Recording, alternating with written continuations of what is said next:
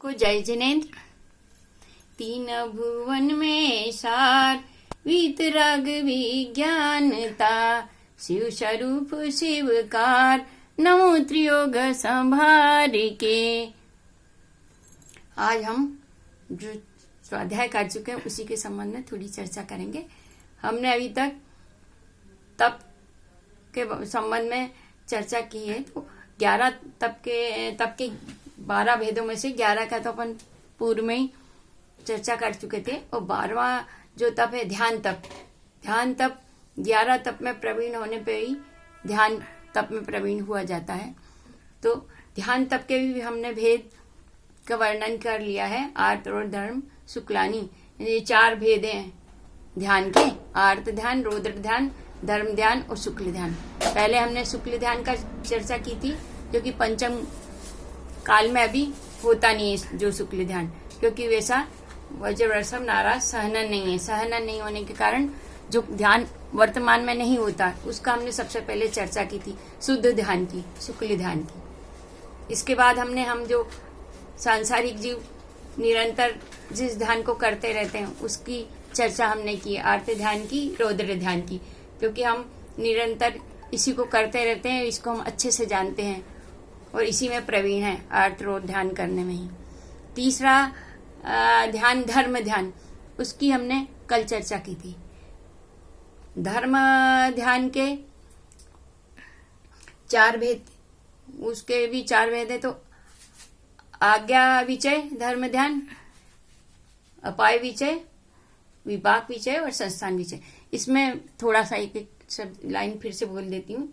आज्ञा विचय धर्म ध्यान जो होता है उसमें श्रुति ज्ञान का ही चिंतन किया जाता है। भगवान की जो दिव्य ध्वनि में खिला है उसका जो चिंतन किया जाता है निरंतर, वो आज्ञा विचय धर्म ध्यान है। भगवान ने क्या दिव्य ध्वनि में कहा है उसका चिंतन करना आज्ञा विचय। दूसरा है अपाय विचय। अपाय विचय में सम्यक दृष्टि जीव हमेशा धर्म ध्यान में चिंतन यही करता है कि मिथ्या दर्शन से ही संसार में दुख है, सारा दुख का कारण मिथ्या दर्शन है।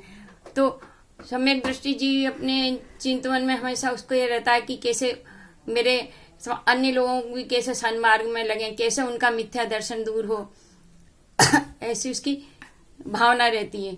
एक तो ग्रहित मिथ्या दृष्टि भी होते हैं जो जिनेन्द्र भगवान के होते हुए उनके दर्शन भले ही न करें, एक अन्य जो रागी द्वेषी देव हैं उन पे भी श्रद्धा करते। वो ये मानते हैं जो मिथ्या दर्शन के कारण कि भगवान सब बराबर होते हैं, चाहे वो जिनेन्द्र देव हो चाहे अन्य देव हो, भगवान सबके बराबर है। वो समदृष्टि समझते हैं इसमें, लेकिन वो इस बात को नहीं समझ पाते जिनेन्द्र भगवान की महत्ता को, कि वो वीतरागता का क्या महत्व होता है। जो जिनेन्द्र भगवान की वीतरागता का जो महत्व, उनका वो स्वरूप नहीं समझ के कारण उनको उनमें कोई अंतर नहीं नजर आता अन्य मतियों में और जिनेन्द्र भगवान में। यदि वो थोड़ा सा भी स्वाध्याय करें, समझें, तो उनको अन्य देव में और जिनेन्द्र भगवान में अपार अंतर जो है वो समझ में आ जाए और उनका मिथ्या दर्शन चला जाए। ग्रहित मिथ्यात्व तो कम से कम चला ही जाए। वैसे तो और भी मिथ्यात्व है कि मुनि महाराज को देख के ही लोग बहुत से नहीं समझ पाते हैं कि इनके दर्शन से हमें कितना उपकार है, इनका कितना फायदा है।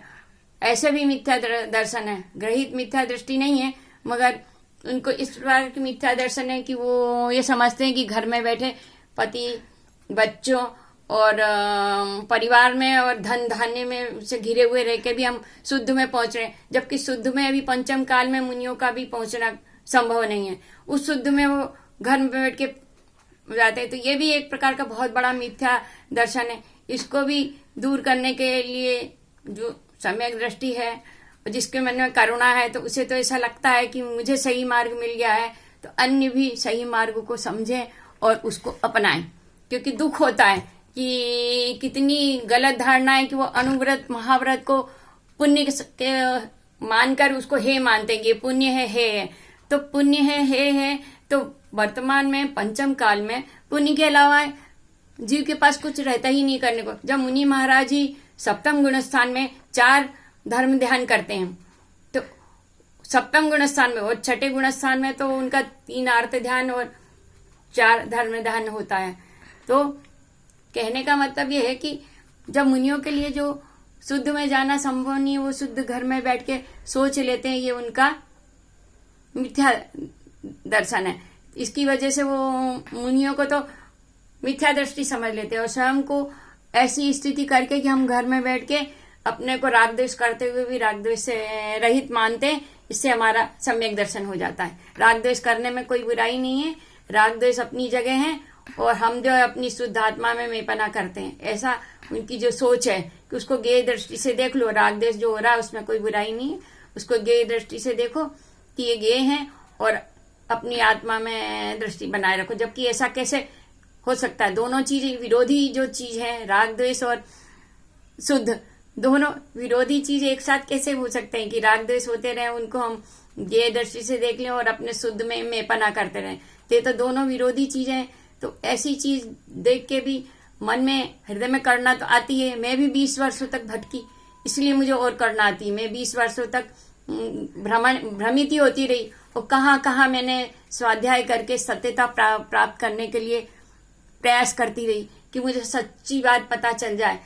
कौन सी हर जगह गई, मुमुक्षु वालों के उसमें अमायन भी गई, जहां जहां मुझे जाने का हुआ सब शिविरों में गई, लेकिन अंत तो गत्वा अब जाके मुझे सही सही ज्ञान हो पाया है कि कहाँ गलती हो रही थी। मुझसे लोग कहते थे मुमुक्षु वालों के उसमें जाओ, मगर मैं सोचती थी कि जब तक मुझे तथ्य नहीं मिल जाएगा कि किस कारण से वो गलत है और किस कारण से उनमें क्या गलती हो रही है, क्या सच है।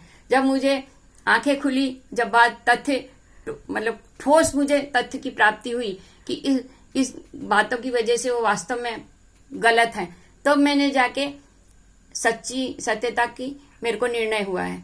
और मेरा मन में कोई किसी से राग द्वेष या कसाय की वजह से ऐसा नहीं है। जो अपाय विचय जो धर्म ध्यान है उसमें यही कहा गया कि मिथ्या दृष्टि जो होता है उसका मिथ्या दर्शन दूर हो जावे, ऐसी अपाय विचय धर्म ध्यान में चिंतन होता है। ये कैसे हमको जो मार्ग मिल गया है सही, हाँ, और मुनियों के जो मार्ग है जो असंयम को छोड़ के संयम का पालन कर रहे हैं, ऐसे मार्ग पे सभी चले। और हम नहीं चल पा रहे तो कम से कम उनको देख के हमें बहुमान आए, हम उनके रत्नत्रय का सम्मान करें और भावना भाएं कि ऐसे हमें भी भविष्य में ऐसा मिले। ये अपाय विचय धर्म ध्यान होता है। इसमें मुनियों के प्रति बहुमान आता है क्योंकि उनके पास सचमुच में धर्म है। बाकी हम लोग तो भावना भा सकते हैं, बाकी हमारे पास कुछ नहीं है। तीसरा धर्म ध्यान जो है विपाक विचय धर्म ध्यान, तो वो तो मुनियों को ही हो पाता है, क्योंकि विपाक विचय धर्म ध्यान में समता होना, संभाव होना, ये मुनियों के लिए संभव है कि वो कर्म का उदय को हमेशा ध्यान रखे और कर्म फल में सुखी दुखी नहीं होते। क्यों? क्योंकि उनको विपाक विचय धर्म ध्यान हमेशा होता रहता है।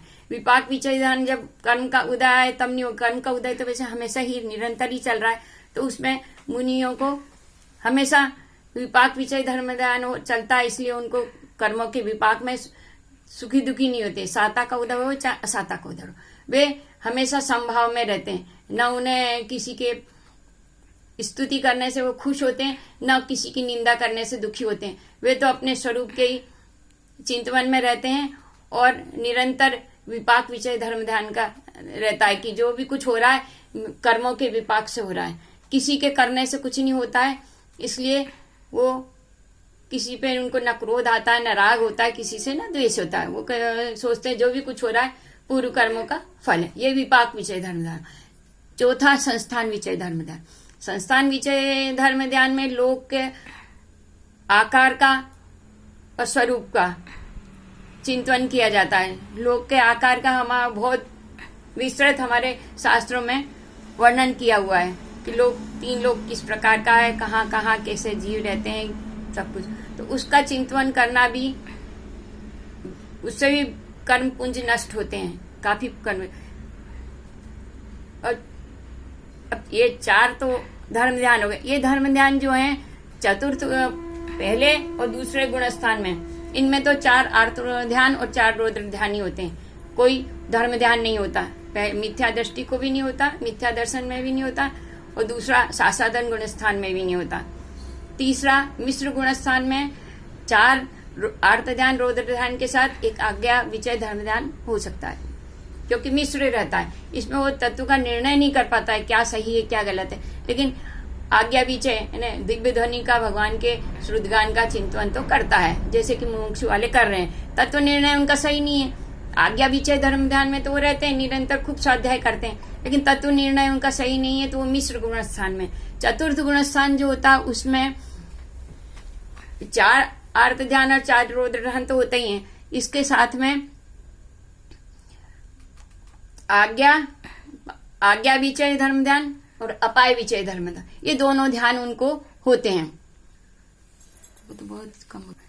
तो चतुर्थ गुणस्थान में 8 ये और आज्ञा विचय अपाय विचय। पंचम गुणस्थान में एक और धर्म ध्यान बढ़ जाता है। आर्त रौद्र ध्यान तो उनको पूरे पंचम गुणस्थान में भी होते हैं, 4 आर्त 4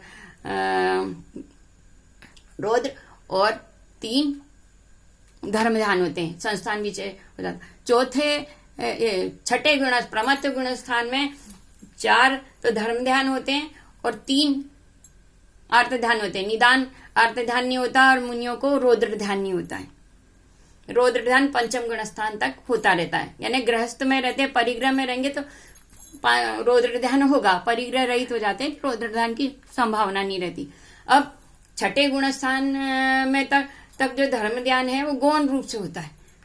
जो प्रमत्त गुण स्थान में जो होगा वो गौण रूप से होता है। 4 धर्म ध्यान और 3 अर्थ ध्यान भी हो सकता है। अर्थ ध्यान उनको 3 अर्थ, लेकिन सप्तम गुण स्थान में केवल 4 ध्यान होते हैं, धर्म ध्यान ही होते हैं। और ये अंतर्मूर्त का होता रहता है, एक समय का भी हो सकता है और अंतर्मूर्त का भी होता है। इसमें ये 6ठे 7वें गुण स्थान में ऊपर नीचे होते रहते हैं। अब 7वें के बाद 8वें गुण स्थान में अपूर्वकरण गुण स्थान में पहला वो शुरू होता है, शुक्ल ध्यान होता है, पृथक वितर्क। 9वें गुण स्थान में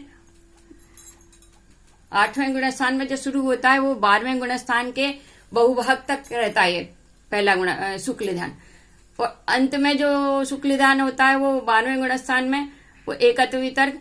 उसके बाद 13वें गुण स्थान में सूक्ष्म क्रिया अप्रतिपाती होता है। 14वें गुण स्थान में विपरीत क्रिया निवर्तिनी गुण स्थान होता है। इस तरह से इनके 14वें गुण में विपरीत क्रिया निवर्तिनी शुक्ल ध्यान होता है। इस तरह से इनका ये बंटवारा है। अब समय हो गया है, ठीक है। जय जिनेंद्र।